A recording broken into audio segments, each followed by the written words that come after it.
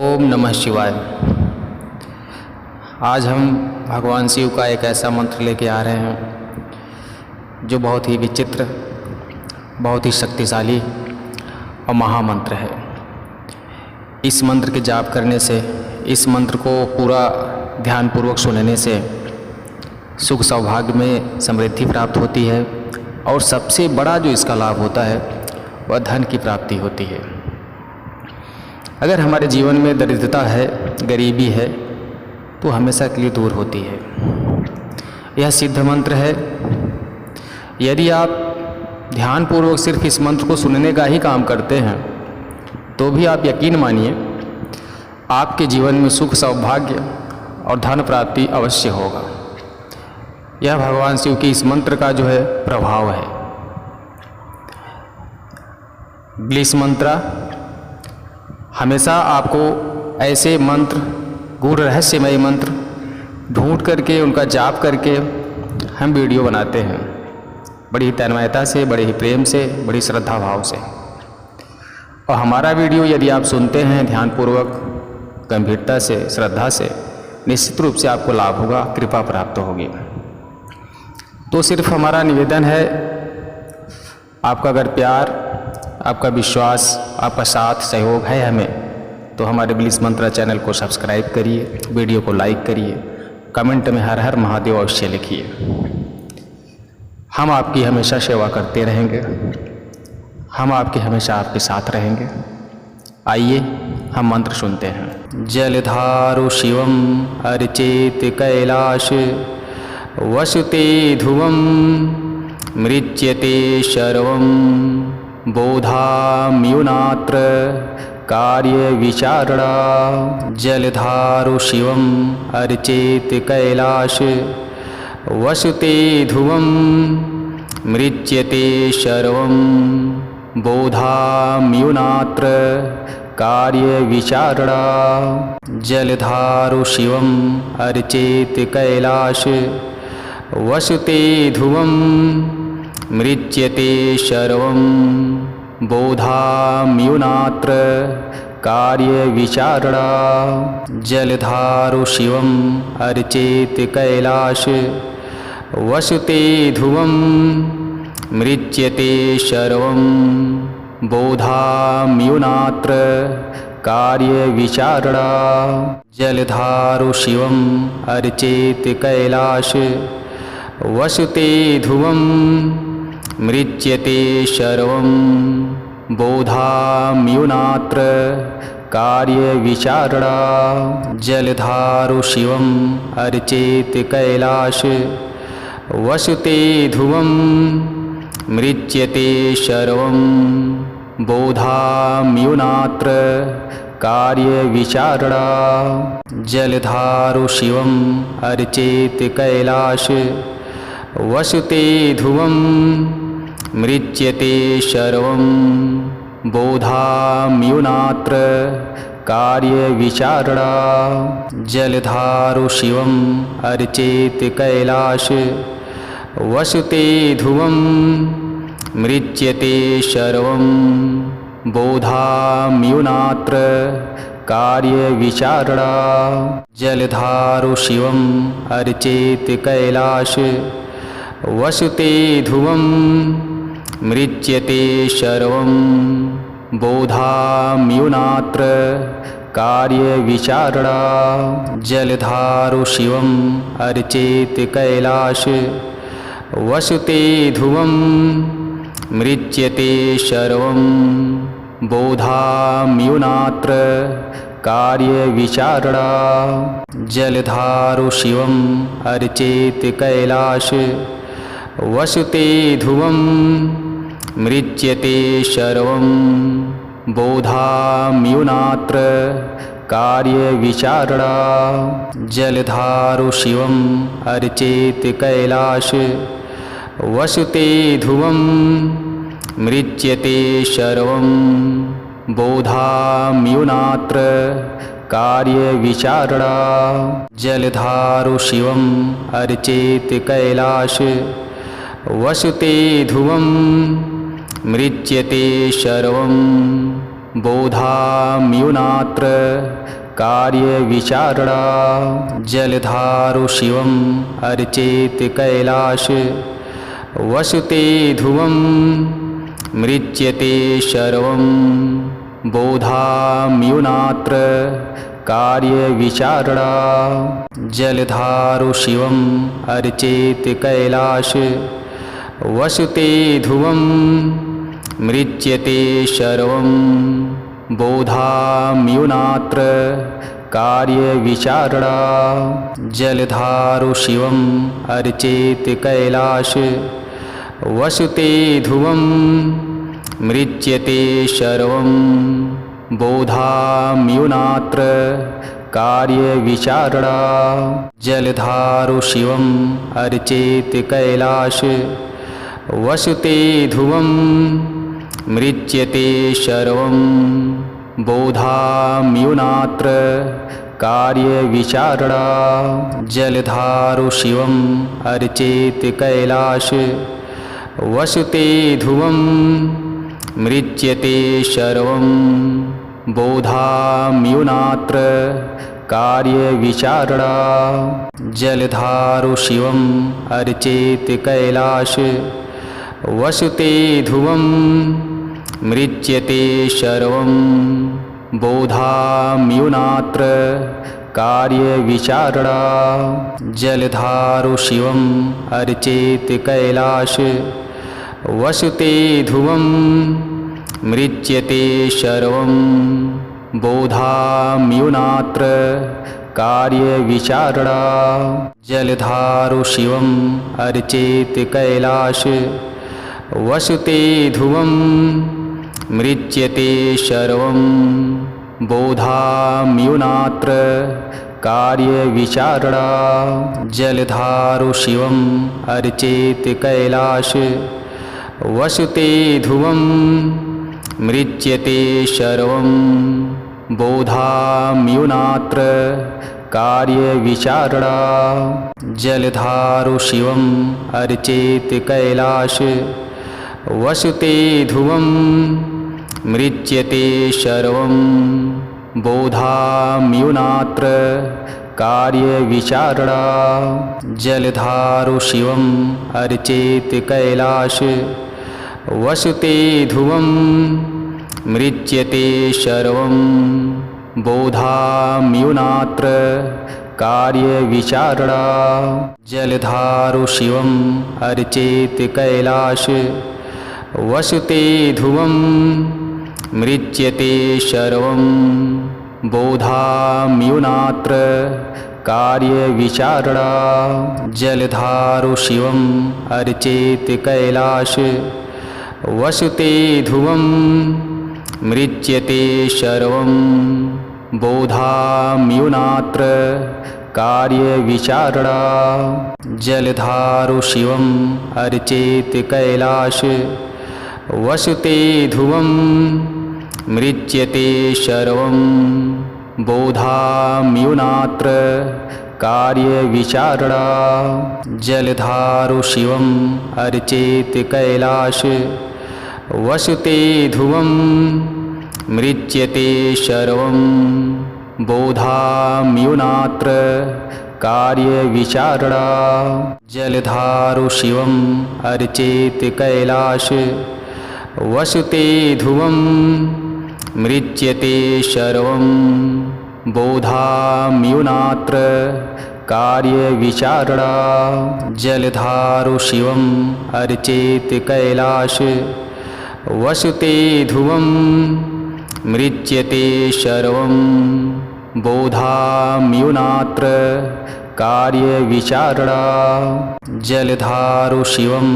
अर्चेत कैलाश वसते ध्रुवं मृच्यते सर्वं बोधाम्युनात्र कार्यविचारणा जलधारो शिवम् अर्चेत कैलाश वसते ध्रुवं मृच्यते सर्वं बोधाम्युनात्र कार्यविचारणा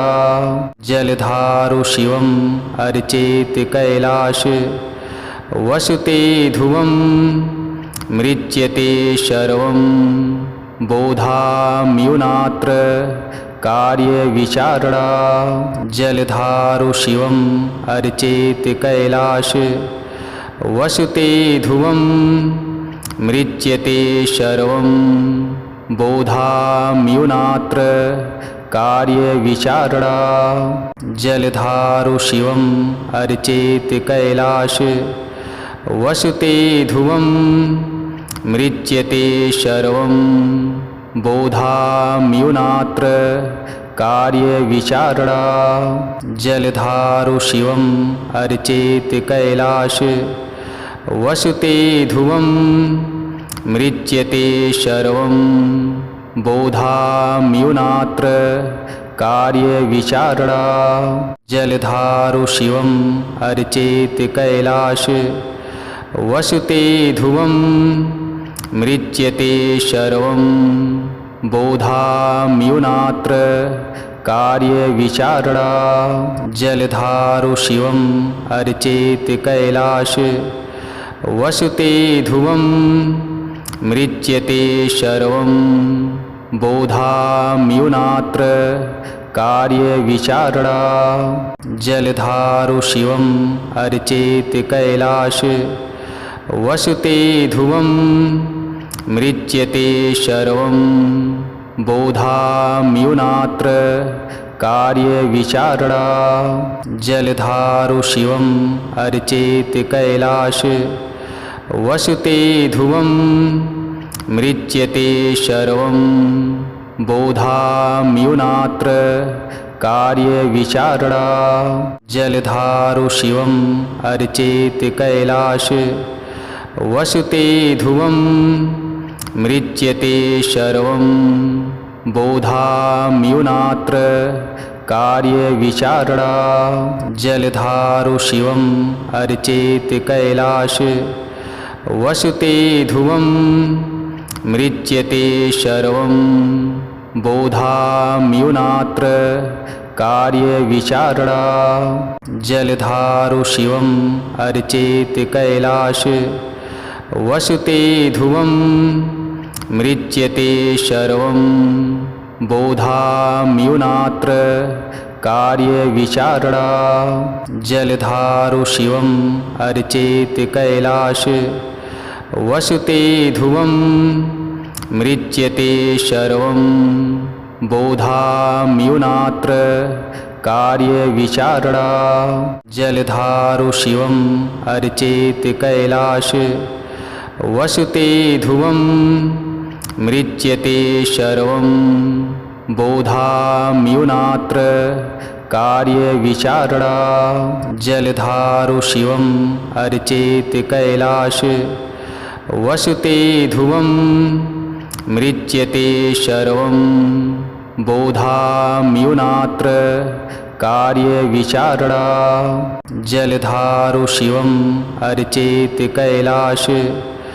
वसुते ध्रुवं मृच्यते सर्वं बोधाम्युनात्र कार्यविचारणा जलधारो शिवम् अर्चेत कैलाश वसुते ध्रुवं मृच्यते सर्वं बोधाम्युनात्र कार्यविचारणा जलधारो शिवम् अर्चेत कैलाश वसुते ध्रुवं मृच्यते सर्वं बोधाम्युनात्र कार्यविचारणा जलधारो शिवम् अर्चेत कैलाश वसुते ध्रुवं मृच्यते सर्वं बोधाम्युनात्र कार्यविचारणा जलधारो शिवम् अर्चेत कैलाश वसुते ध्रुवं मृच्यते सर्वं बोधाम्युनात्र कार्यविचारणा जलधारो शिवम् अर्चेत कैलाश वसुते ध्रुवं मृच्यते सर्वं बोधाम्युनात्र कार्यविचारणा जलधारो शिवं अर्चेत कैलाश वसुते ध्रुवं मृच्यते सर्वं बोधाम्युनात्र कार्यविचारणा जलधारो शिवं अर्चेत कैलाश वसुते ध्रुवं मृच्यते सर्वं बोधाम्युनात्र कार्यविचारणा जलधारो शिवं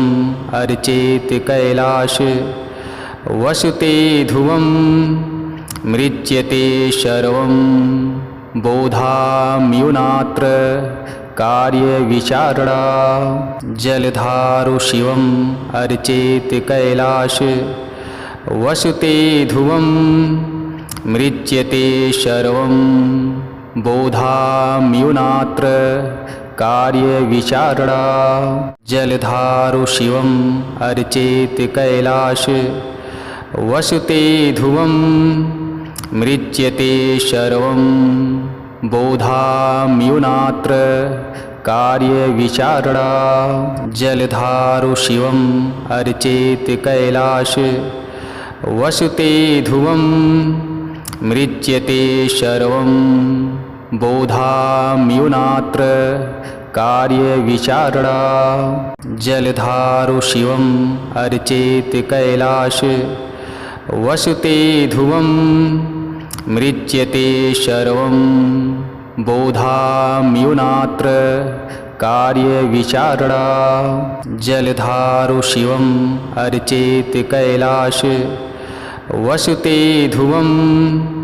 मृच्यते सर्वं बोधाम्युनात्र कार्यविचारणा जलधारो शिवं अर्चेत कैलाश वसुते ध्रुवं मृच्यते सर्वं बोधाम्युनात्र कार्यविचारणा जलधारो शिवं अर्चेत कैलाश वसुते ध्रुवं मृच्यते सर्वं बोधाम्युनात्र कार्यविचारणा जलधारो शिवं अर्चेत कैलाश वसुते ध्रुवं मृच्यते सर्वं बोधाम्युनात्र कार्यविचारणा जलधारो शिवं अर्चेत कैलाश वसुते ध्रुवं मृच्यते सर्वं बोधाम्युनात्र कार्यविचारणा जलधारो शिवं अर्चेत कैलाश वसुते ध्रुवं मृच्यते सर्वं बोधाम्युनात्र कार्यविचारणा जलधारो शिवं अर्चेत कैलाश वसुते ध्रुवं मृच्यते सर्वं बोधाम्युनात्र कार्यविचारणा जलधारो शिवं अर्चेत कैलाश वसुते ध्रुवं मृच्यते सर्वं बोधाम्युनात्र कार्यविचारणा जलधारो शिवं अर्चेत कैलाश वसुते ध्रुवं मृच्यते सर्वं बोधाम्युनात्र कार्यविचारणा जलधारो शिवं अर्चेत कैलाश वसुते ध्रुवं मृच्यते सर्वं बोधाम्युनात्र कार्यविचारणा जलधारो शिवं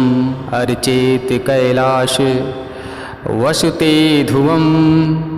मृच्यते सर्वं बोधाम्युनात्र कार्यविचारणा जलधारो शिवं अर्चेत कैलाश वसुते ध्रुवं मृच्यते सर्वं बोधाम्युनात्र कार्यविचारणा जलधारो शिवं अर्चेत कैलाश वसुते ध्रुवं मृच्यते सर्वं बोधाम्युनात्र कार्यविचारणा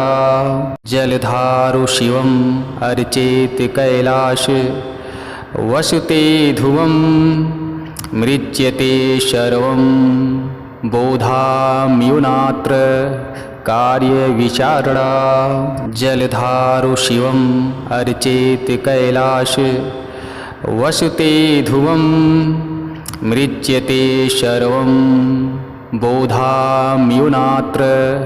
कार्यविचारणा जलधारो शिवम् अर्चेत कैलाश वसते ध्रुवं मृच्यते सर्वं बोधाम्युनात्र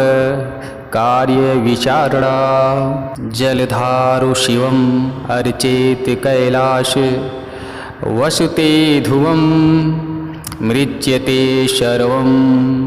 बोधाम्युनात्र कार्यविचारणा जलधारो शिवम् अर्चेत कैलाश वसते ध्रुवं मृच्यते सर्वं बोधाम्युनात्र कार्यविचारणा जलधारो शिवम् अर्चेत कैलाश वसते ध्रुवं मृच्यते सर्वं बोधाम्युनात्र कार्यविचारणा जलधारो शिवम् अर्चेत कैलाश वसते ध्रुवं मृच्यते सर्वं बोधाम्युनात्र कार्यविचारणा जलधारो शिवम् अर्चेत कैलाश वसते ध्रुवं मृच्यते सर्वं बोधाम्युनात्र कार्यविचारणा जलधारो शिवम् अर्चेत कैलाश वसते ध्रुवं मृच्यते सर्वं बोधाम्युनात्र कार्यविचारणा जलधारो शिवम् अर्चेत कैलाश वसते ध्रुवं मृच्यते सर्वं बोधाम्युनात्र कार्यविचारणा जलधारो शिवम् अर्चेत कैलाश वसते ध्रुवं मृच्यते सर्वं बोधाम्युनात्र कार्यविचारणा जलधारो शिवम् अर्चेत कैलाश वसते ध्रुवं मृच्यते सर्वं बोधाम्युनात्र कार्यविचारणा जलधारो शिवम् अर्चेत कैलाश वसते ध्रुवं मृच्यते सर्वं बोधाम्युनात्र कार्यविचारणा जलधारो शिवम् अर्चेत कैलाश वसते ध्रुवं मृच्यते सर्वं बोधाम्युनात्र कार्यविचारणा जलधारो शिवम् अर्चेत कैलाश वसते ध्रुवं मृच्यते सर्वं बोधाम्युनात्र कार्यविचारणा जलधारो शिवम् अर्चेत कैलाश वसते ध्रुवं मृच्यते सर्वं बोधाम्युनात्र कार्यविचारणा जलधारो शिवम् अर्चेत कैलाश वसते ध्रुवं मृच्यते सर्वं बोधाम्युनात्र कार्यविचारणा जलधारो शिवम् अर्चेत कैलाश वसते ध्रुवं मृच्यते सर्वं बोधाम्युनात्र कार्यविचारणा जलधारो शिवम् अर्चेत कैलाश वसते ध्रुवं मृच्यते सर्वं बोधाम्युनात्र कार्यविचारणा जलधारो शिवम् अर्चेत कैलाश वसुते ध्रुवं मृच्यते सर्वं बोधाम्युनात्र कार्यविचारणा जलधारो शिवम् अर्चेत कैलाश वसुते ध्रुवं मृच्यते सर्वं बोधाम्युनात्र कार्यविचारणा जलधारो शिवम् अर्चेत कैलाश वसुते ध्रुवं मृच्यते सर्वं बोधाम्युनात्र कार्यविचारणा जलधारो शिवम् अर्चेत कैलाश वसुते ध्रुवं मृच्यते सर्वं बोधाम्युनात्र कार्यविचारणा जलधारो शिवम् अर्चेत कैलाश वसुते ध्रुवं मृच्यते सर्वं बोधाम्युनात्र कार्यविचारणा जलधारो शिवम् अर्चेत कैलाश वसुते ध्रुवं मृच्यते सर्वं बोधाम्युनात्र कार्यविचारणा जलधारो शिवम् अर्चेत कैलाश वसुते ध्रुवं मृच्यते सर्वं बोधाम्युनात्र कार्यविचारणा जलधारो शिवम् अर्चेत कैलाश वसुते ध्रुवं मृच्यते सर्वं बोधाम्युनात्र कार्यविचारणा जलधारो शिवम् अर्चेत कैलाश वसुते ध्रुवं मृच्यते सर्वं बोधाम्युनात्र कार्यविचारणा जलधारो शिवम् अर्चेत कैलाश वसुते ध्रुवं